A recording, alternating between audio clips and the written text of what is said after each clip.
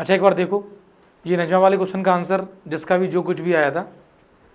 देखो क्वेश्चंस में how old Rashmi and Najma, तुमने कुछ भी माना हो, जैसे रश्मि को तुमने मान लिया एक्स ईयर ओल्ड, ठीक, तो लेट कर लो, और नजमा जो है वो ले ली वाई ईयर की, वाई ईयर ओल्ड, यही लिया है। अब सबसे पहले क्वेश्चन पढ़ा करो, तो क्वेश्चन में देखा करो ये कह रहा है 3 ईयर्स एगो, तो लिख लो यहाँ पे 3 ईयर एगो। अच्छा सोच के देखो 3 साल पहले क्या हो रहा होगा।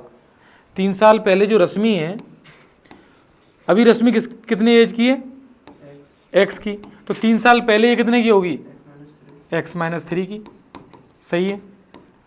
और नजमा भी कितने की, वाई की, तो नजमा 3 साल पहले कितने की होगी, वाई माइनस 3 की, ये बात लिख लो, इतने ईयर की होगी। अब क्वेश्चन कुछ कह रहा है, क्या कह रहा है, Rashmi was thrice as old as Najma, तो रश्मि के लिए कह रहा है कि जो रश्मि है वो नजमा की 3 गुनी बड़ी है नजमा से 3 साल पहले।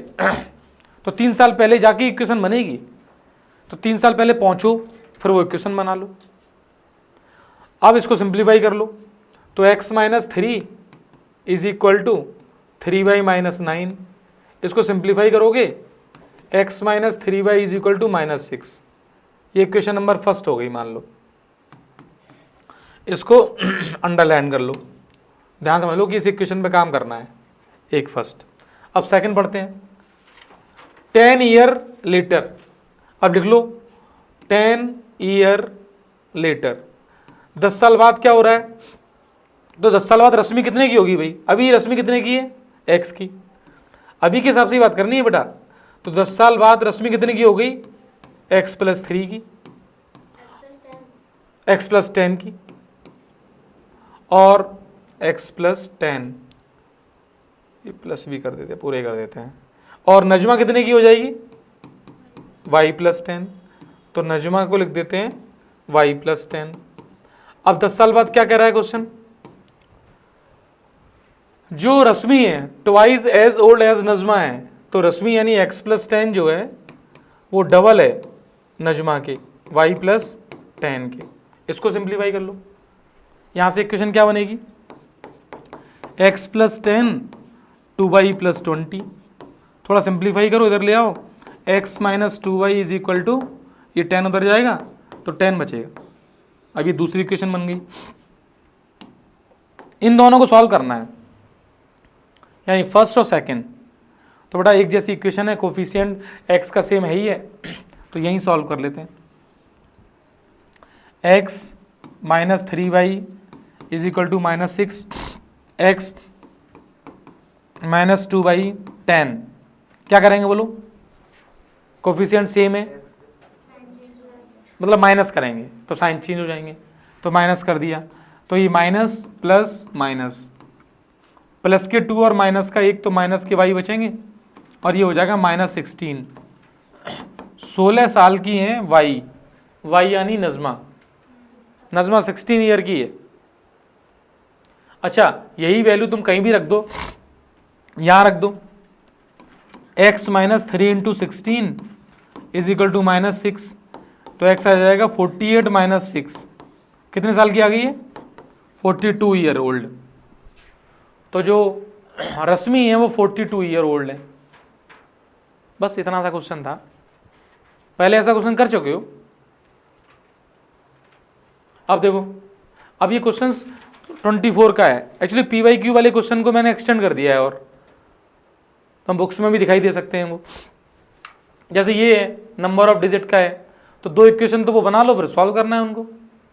द सम ऑफ डिजिट्स, तो क्या बताया था मैंने कि 2 डिजिट नंबर लेते हैं कैसे, 10x प्लस वाई, और इसमें डिजिट्स क्या होती हैं, x एंड y, तो डिजिट्स हो जाएंगी इसमें x एंड y, और ये हो जाएगा नंबर x, y, ठीक है। अच्छा अब क्वेश्चन क्या कह रहा है, the sum of digits of a 2 digit number is 14, तो ये तो सिर्फ x प्लस वाई को 14 बोल रहा है, तो लिख दो x प्लस वाई 14, सिंपल सी इक्वेशन है, कोई है ही नहीं ऐसा कुछ। फिर the number obtain by interchanging it's digit, तो एक नया नंबर इससे निकलेगा अब जो डिजिट को इंटरचेंज करके आएगा, यानी 10y प्लस एक्स। इस नंबर के लिए क्या बात चल रही है, ये नंबर जो है एक्सीड्स द गिवन नंबर, तो गिवन नंबर ये हो गया 10x प्लस वाई, ये इससे बड़ा है कितना भाई 18, तो प्लस 18 तब बराबर हो जाएगा।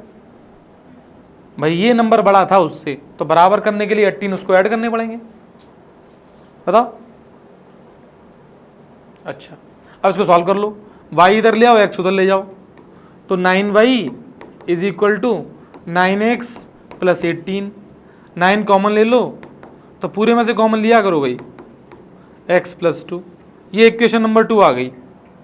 अब इक्वेशन नंबर 2 और इक्वेशन नंबर 1 यानी ये, इनको सॉल्व करना है 2 और 1 को, तो y की वैल्यू इससे उठा के डाल दी, तो x plus 2 is equal to 14, इसको सॉल्व करेंगे 2x is equal to 12, x is equal to कितना आ जाएगा 6, x6 को यहाँ रख दो तो y कितना आ जाएगा 8, तो नंबर कितना आ जाएगा 10x प्लस वाई नंबर है, तो नंबर कितना आएगा 68।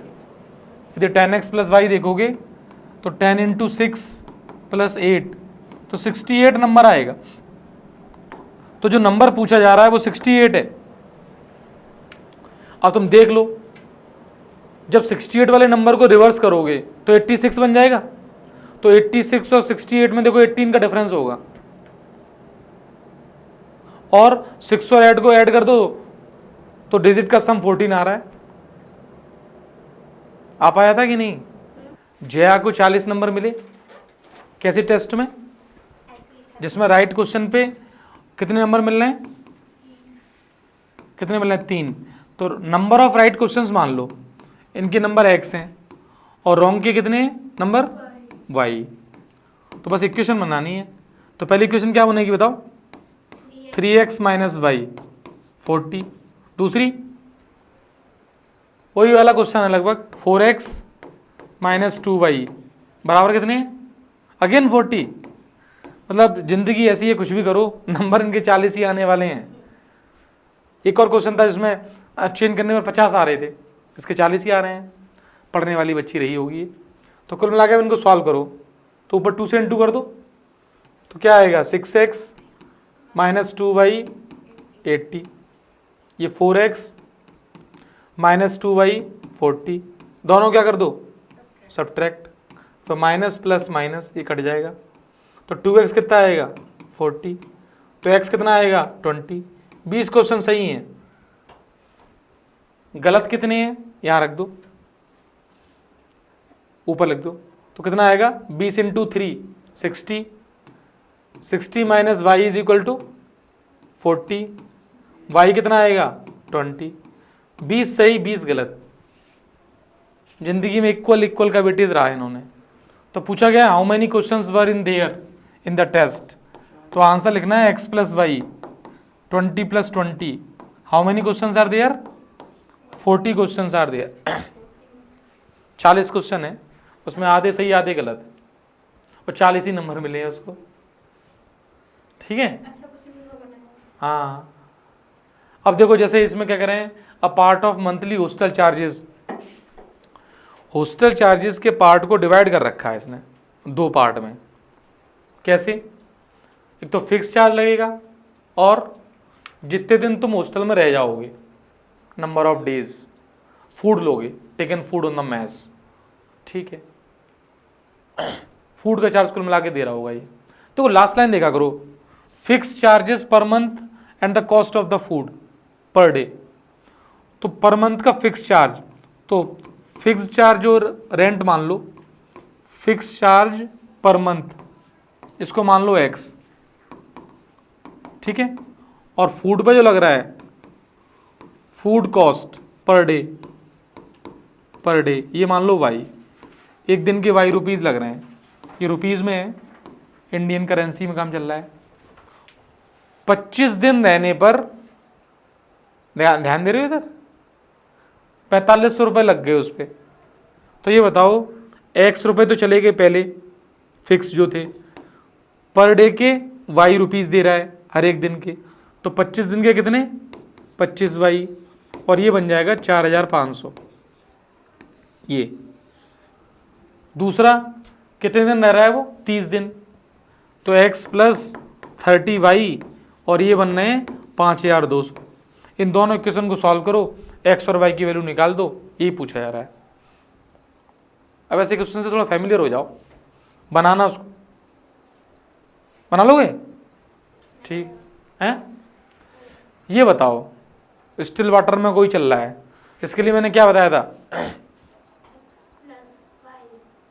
नहीं, बोट की स्पीड हमेशा वाटर की स्पीड से ज़्यादा माननी है, यानी इसमें दोनों की पूछेंगे, स्पीड ऑफ स्ट्रीम पूछ रहे हैं, एंड फाइंड हिज स्पीड्स। अच्छा, रोइंग करने की मतलब चलाने की, जैसे हाथ से रो कर रहे हो तब भी तुम्हें रोइंग स्पीड भी ज़्यादा ही माननी है, उसमें दोनों पूछी जा रही हैं। तो मान लो speed of rowing, speed of rowing ये हो गई x, रोइंग की स्पीड हो गई x, मतलब जो आदमी या फिर जो भी है उसको खींच रहे हैं, और स्पीड ऑफ स्ट्रीम, स्ट्रीम मतलब स्ट्रीम का मतलब नदी की धारा, उसकी स्पीड y, और यूनिट किलोमीटर पर आवर है ये, किलोमीटर पर आवर। ऐसे क्वेश्चन की प्रैक्टिस करोगे, थोड़ा देख देख के समझ के करोगे तब होगा। अब देखो, a man can row a boat downstream, और डाउन स्ट्रीम मतलब क्या बताया था, नदी के साथ बह जाना, तो x प्लस वाई हो जाएगा। अच्छा, स्पीड x प्लस वाई हो जाएगी, और टाइम बराबर क्या होता है, डिस्टेंस अपॉन स्पीड, तो डिस्टेंस कितनी है 20 किलोमीटर, डाउन स्ट्रीम में कितना हो गया x प्लस वाई, तो कितने घंटे लग रहे हैं 2 आवर्स। एक इक्वेशन यहाँ से बन गई सिंपल सी कि x प्लस वाई बराबर 40, 40 या 10, 10 डिवाइड कर जाएगा ना, x प्लस वाई इधर जाएगा, 2 नीचे जाएगा। देखो कितना सीबीएसई ने इजी क्वेश्चन बनाया है। अब क्या करें, अप स्ट्रीम में चल रहा है 4 किलोमीटर, तो 4 किलोमीटर गए अप स्ट्रीम का मतलब x माइनस वाई, तो वो कितने में 2 घंटे में, ये भी 2 घंटे में जा रहा है। इसको डिवाइड करोगे तो x minus Y is equal to 2। सोचो इतनी छोटी सी इक्वेशन से हैं कि x माइनस वाई 10 और x प्लस वाई और x माइनस वाई 2 को सॉल्व करना है, तो ऐड कर दो, तो 2x is equal to 12, x की वैल्यू 6 और y की वैल्यू 4। तो x किसकी वैल्यू है, रोइंग की, ये इज स्पीड ऑफ रोइंग, तो इसका आंसर होगा। अच्छा, अपना आंसर जरूर स्पेसिफाइड करके लिख देना, मतलब जब आंसर फिनिश करो तो नीचे लिख दो speed of rowing in still water. तो स्पीड ऑफ रोइंग ये कितनी है, बोलो, नहीं बताओगे, 6 किलोमीटर पर आवर है। रोने की स्पीड नहीं है, रोइंग। और दूसरी स्पीड ऑफ स्ट्रीम ये कितनी है, हाँ, जो धारा की, नदी की जो है वो 4 किलोमीटर पर आवर है। चलो ये देखो, ये एज वाला फिर क्वेश्चन है, फादर से age is 3 times at the sum of the age of his 2 children. अभी तक एक बच्चा था, ये 2 बच्चे दे दिए इन्होंने, क्वेश्चन लेंथी करना चाह रहे हैं। अच्छा, after 5 year the age will be 2 times the sum of age, लेकिन पता है तुम ध्यान से देखो, दोनों की एजेस का सम दिया गया हर बार, तो मतलब वेरिएबल एक मानना चाह रहा है वो, तो तुम मान लो लेट, और आगे क्या पूछ रहा है, एज ऑफ फादर पूछ रहा है, ठीक है। फादर की जो एज है, फादर्स प्रेजेंट एज, प्रेजेंट भी लिख देना अभी की, ये तुमने कितनी मान ली, वाई मान ली, चलो वाई ईयर, और दोनों बच्चों के उनका एज का सम एक्स मान लो, sum of ages of his 2 children, या 2 चिल्ड्रन लिख दो, 2 चिल्ड्रन, कुछ नहीं बच्चा, बस डरना नहीं चाहिए, ये तुमने एक्स मान ली, एक्स ईयर। अब क्वेश्चन क्या कह रहा है, क्वेश्चन बोलो, फादर्स एज यानी Y is equal to 3 times 3x, ये पहली इक्वेशन है। दूसरी आफ्टर 5 ईयर, तो लिख लो पहले आफ्टर 5 ईयर। पापा कितने के हो गए, y+5, तो y+5, और दोनों की एज का सम कितना हो गया, x+5। वो क्या कह रहा है, 2 टाइम्स ऑफ द सम, तो 2 टाइम्स कर दो, 2x+5, यहाँ 2x+10 हो जाएगा। तो इसमें क्या कहते हैं, ये सॉल्व करना भी आसान है। y की वैल्यू 3x इसमें रख दो, सिंप्लीफाई हो जाएगा। 3x+5, 2x+10, x कितना आ रहा है, 5 आ गया। x यानी क्या आ गया, दोनों बच्चों की एज का सम 5 आ गया। आगे छोटे छोटे बच्चे हैं, 5 ईयर हो सकता है ऐसा, जो भी है। अच्छा, और फादर कितने के आएंगे, father, what is the question, कोई बात नहीं, सीबीएसई कभी भी सेट कर देती है, गलती से ऐसा हो गया कि दोबारा पढ़ लो यार। ऐसा होगा नहीं यार, पढ़ लो।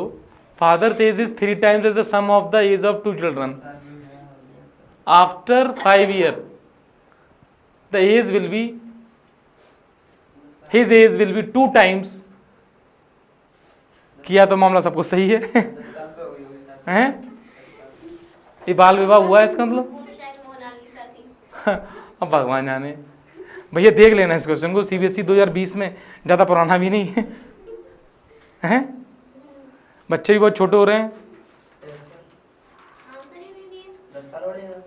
हाँ, ये एक्चुअली क्या है, वो हैं प्रीवियस ईयर हैं, तो प्रीवियस ईयर को देखने पड़ेंगे, आंसर्स तो उसमें नहीं होंगे। देख लोगे तो मैं तो मिल ही जाएगा, देख लेंगे। चलो इधर देखो, हाँ 20 का ही था। अच्छा, इसने जो क्वेश्चन किया था, आगे ये सारे क्वेश्चंस जैसे एनसीईआरटी के सेट है इसमें, यहाँ से एल्जेब्रिकली, अच्छा एल्जेब्रिकली का मतलब वही जो मेथड लगाए थे हमने, वो यूज़ कर लेंगे इसमें। और हम लोगों ने पहले भी ये क्वेश्चन लगाए थे, बस 2025 के थे इसलिए मैंने इसमें डाल दिए हैं। नहीं, हम लोगों ने प्रैक्टिस तो खूब कर ली है, लेकिन ये क्वेश्चन आने चाहिए। अभी जो कौन सा, ये वाला। अच्छा, इसमें हॉट्स लिखने का भी रीज़न है कि बच्चे को ये इक्वेशन ड्रॉ करना आती नहीं है, यही वाली, लेकिन इसने काम तो सही किया है। हाँ, हायर ऑर्डर थिंकिंग स्किल्स, उस पर दिया हुआ है। एक काम करते हैं, जैसे मान लो इसमें आगे कोऑर्डिनेट एक्सिस में बनाए भी थे। सपोज मैंने एक्स और वाई एक्सिस ले ली, ये वाई एक्सिस है ना, इसको एक को समझ लेना, और ये एक्स एक्सिस। देखो बेटा, स्केल की जरूरत पड़ेगी कि नहीं पड़ेगी वो तुम छोड़ो, ध्यान से समझना। पहले तो कह रहा है इक्वेशन इज कंसिस्टेंट और नॉट, एक बात ये हो रहा है, तो तुम a1/a2 b1/b2 को चेक कर लो, तो वो नॉट इक्वल टू 0 आ रहा है। क्यों, कितना आ रहा है वो, 2/1 इज इक्वल टू 1/-2, तो a1/a2 is not equal to b1/b2, मतलब सिस्टम इज कंसिस्टेंट, सॉल्यूशन तो आएंगे आएंगे। अब सुनो, और तुम ध्यान से समझना, इधर देखो, ये जो जिस लाइन में कांस्टेंट ना हो, समझना, वो लाइन हमेशा ओरिजिन से पास करती है। अच्छा, अब लाइन ड्रॉ करने के लिए मैंने क्या स्टेप्स बताए थे, कि सपोज जैसे ये लाइन है, तो मैंने कहा था एक बॉक्स बना लिया करो, ठीक, कहाँ गया, नहीं आएगा, चलो कोई बात नहीं, गायब हो गया। ये बॉक्स बना लिया, यहाँ x लिखा, यहाँ y लिखा। अब तुम 0 डालोगे तो y क्या आ जाएगा, 0। अब x 0 पे y 0 हो गया। अब एक काम करो, x को कुछ और डालो, जैसे x को 1 डाला, -2 आएंगे, तो 1, -2, तुम ये तो देख सकते हो क्वाड्रेंट कौन सा है, तो x पॉजिटिव y नेगेटिव, तो x पॉजिटिव y नेगेटिव कौन सा क्वाड्रेंट है, 4th, और एक ओरिजिन है, मतलब ये लाइन ऐसी बनेगी, इस तरीके की। चेक करूंगा अभी मैं, हाँ ये लाइन आएगी इस तरीके की। हालांकि कोऑर्डिनेट पढ़ लोगे तो तुम्हें समझ में आएगी कि y इक्वल टू -mx की लाइन है, तो स्लोप नेगेटिव ऐसी लाइन बनेगी। अच्छा, अब ये दूसरा वाला ये था, x माइनस 2y, ये कैसे ड्रॉ करोगे? फिर इसके लिए बॉक्स बना लो। तो एक तो ओरिजिन आ जाएगा यही वाला पॉइंट बेटा 100%। दूसरा पॉइंट देखोगे ना इसमें, x को 1 रखोगे तो y 1/2 आएगा, या y को 1 रखोगे तो x 2 आएगा, यानी फर्स्ट क्वाड्रेंट पॉइंट आएगा। तो ये लाइन बनेगी इस तरीके की। तो पता है तुमसे क्वेश्चन यही, इसलिए क्वेश्चन ऐसा है कि बच्चा ये लाइन ड्रॉ कर पाएगा कि नहीं कर पाएगा, और जो इसका ग्राफिकली सॉल्यूशन है वो निकल के आ रहा है 0,0। देखो ये भी 2025 का ही क्वेश्चन है। और पता है 2025 का क्वेश्चन ये ऐसा क्वेश्चन है जो तुम ध्यान से देखो, तुम्हारा प्रीवियस ईयर में सिंपल सा क्वेश्चन लिखा हुआ था, लैंग्वेज वाला क्वेश्चन है। देखो 2 kg एप्पल्स 1 kg ग्रेप्स, और वो कितने फाउंड टू बी, ये कॉस्ट है, द कॉस्ट वो 520 रुपीज़ है। तो इक्वेशन बन जाएगी वही एक्स और वाई लेके, फिर दूसरी इक्वेशन बन जाएगी, दोनों को सॉल्व कर लेंगे। हाँ, जब क्वेश्चन की इसने नंबर बढ़ाए तो क्वेश्चन कहेगा ग्राफिकली सॉल्व करो, और फिर कुछ और ऐड कर देगा। लास्ट में क्या पूछ रहा है कि सिस्टम कंसिस्टेंट है कि नहीं है। सोचो सारी इंफॉर्मेशन ले ली उसने, रिप्रेजेंट दिस सिचुएशन एल्जेब्रिकली, तो ग्राफिकली तो आया नहीं, तो अच्छी बात है, ग्राफ बच गए फिर तो एल्जेब्रिकली लिखना था। और क्या पूछ रहा है, कंसिस्टेंट है या नहीं। तो कंसिस्टेंट कौन से सिस्टम होते हैं, जिनके सॉल्यूशन या तो एक हों या इनफाइनाइट हों। कंसिस्टेंट वो होते हैं जिनके सॉल्यूशन होते हैं, ऐसे समझ लो। तो चेक कर लो a1/a2 b1/b2 में क्या कंडीशन है। कुल मिला के देखो, अब इस चैप्टर को क्वेश्चंस मैक्सिमम मैं इसकी सीट भी डाल दे रहा हूँ, ये क्वेश्चंस लगा लो। मैं चाहो तो इनको भी सॉल्व कर दूंगा, भाई मेरा काम तो यही है। लेकिन तुम जब प्रैक्टिस खुद करोगे तब तो वास्तव में सही प्रैक्टिस होगी। करो और पूछो, PDF ले लो इसकी, क्वेश्चन जो फिल इन द ब्लैंक्स हैं वो फिल कर लो, और फिर हमसे डिस्कस कर लेना। कायदा तो ये कहता है ना। 3 चैप्टर हो गए, अब इन तीनों का खुद को रिवीजन भी करना चाहिए। करोगे?